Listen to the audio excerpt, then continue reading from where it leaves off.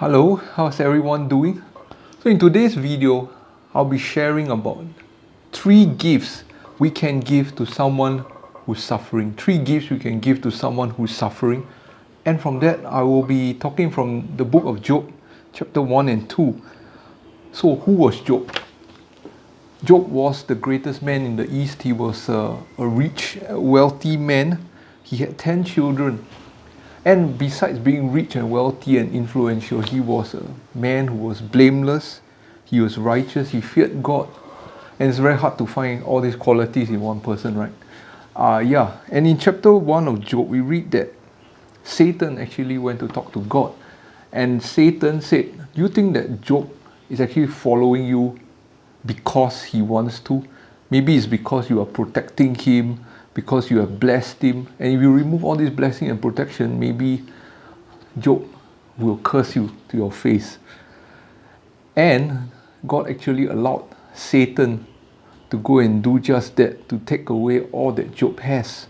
And in one day, you read Job loses all his oxen, his donkeys, his sheep, his camels, his servants, and worst of all his 10 children, his 7 sons and 3 daughters died together in that one day. I really cannot imagine the depth of suffering that Job must have felt.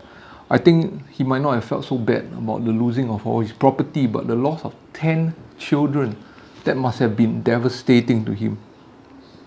But we read in verse 20 and 21 of chapter 1 that Job did not sin against God even after all this calamity had happened to him. He said, naked I came from my mother's womb, naked I'll depart.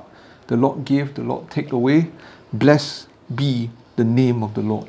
So Job did not sin against God. And therefore Satan went back to God, and God sort of praises Job. He said, can't you see my servant Job? He's faithful. And Satan said, wait, there's one more thing. I can take away his health. I can strike him with painful sores, and I believe that when you hurt a man, when you hurt his flesh, his skin, his health, he will curse God. And God said, okay, Satan, go and do it. Just make sure you don't kill him. And we read in chapter 2 that Satan inflicted Job with painful sores from the soles of his feet to the top of his head. I don't know how he feels. I've had chicken pox, and I think if you have chicken pox that covers your entire body, it must be painful, itchy and all that. And I think this must have been terrible. He can't sleep, he can't do anything. It's just painful.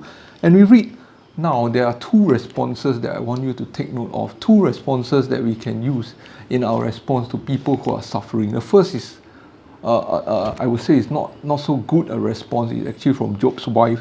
She said, are you still holding on to your integrity? Curse God and die. And I sort of understand how his wife felt. She had just seen the loss of her property, and the death of her 10 children definitely got to her, not just to Job, her husband. And I think from the depth of her sorrow, the depth of the suffering, she just lashes out, and she tells Job, what's the point of being faithful? I think you've heard people say to you, even as a Christian, what's the point of even being a Christian if bad things happen to you? How come you still lose your job? How come you get cancer? How come you still are suffering all these kind of emotional, physical, spiritual stress, even as a Christian? And I think it's easy to hear that kind of thing, even as a Christian, people who say, hey, what's the point of even keeping to your faith and being faithful to God if he doesn't protect you from evil things and bad things in your life? But Job, he still believes that God is the one who's sovereign. He can give good, he can give bad. And he tells her, you're talking like a foolish woman. Shall we accept good from God and not trouble? So that's the first response. The second response comes from Job's 3 friends, Eliphaz, Bildad, and Zophar. And when they heard about his troubles, they sort of got together, they contacted each other. I don't know how, they didn't have WhatsApp or email, or somehow maybe they sent messenger. They said, okay, let's meet, let's go together, and let's go and comfort and sympathize with Job when they knew about his suffering. And they went and they saw Job, and from a distance they saw that they could hardly recognize him, and they wept aloud. Romans 12 verse 15, as a verse says, we mourn with those who mourn. And I think they felt the depth of Job's suffering. such that they also cried, they moaned, they wept. It's just that Jesus wept at Lazarus' tomb when he saw the suffering of Mary and Martha and the relatives of Lazarus. And I want to say there are three gifts that we can give to one who's suffering. And we can learn it from here, because we see that the three friends, they say they tore their robes, they sprinkled dust on their heads. This is an ancient Middle East way of mourning. And they sat on the ground with Job for 7 days and 7 nights. They remained silent. They didn't say a word to him because they saw how great his suffering was.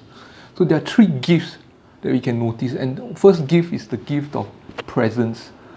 To say that I'm here with you. I don't need to say anything, but I'm here. I see that you are suffering. I don't understand the depth of your suffering, but I'm here for you. And sometimes we have to do that. I remember when I was in hospital, my supervisor assigned me to talk to a patient with stroke. He said maybe you can use dialect to talk to him, but I realized when I went to talk to him, he couldn't speak at all. He had a stroke that affected his speech and all that. And I was thinking, how am I even going to do a visitation of 15 to 20 minutes to even clock it in my log? It can't be possible. So I said, never mind, I'll just sit there beside the man and be silent, be present. So that's the second gift, the gift of silence. And the gift of presence and the gift of silence usually go together. So I just sat there with the man, just like Job's friends had, looking at him, he looking at me. Can even see tears in his eyes. Maybe he has all these feelings within him that he can't express because he can't talk. And that's what we need to do when we see someone who's suffering. Maybe a family that's had just suffered some grief, some loss, or even in this time of COVID when people are suffering emotionally, mentally, socially. Sometimes the best thing is not to try to offer a quick fix. Hey, cheer up. Hey, snap out of this. Hey, what's the point of even like worrying about this and snap out of it? Yeah, don't do that. Offer the gift of presence, offer the gift of silence. And the last gift is the gift of listening. Although it's not here, but I would believe that the three friends are listening to Job, listening to his complaints, listening to him rant and so on. So these are the three gifts that we can give to someone who's suffering. Gift of presence, the gift of silence, and the gift of listening. I hope this helps you today. God bless you.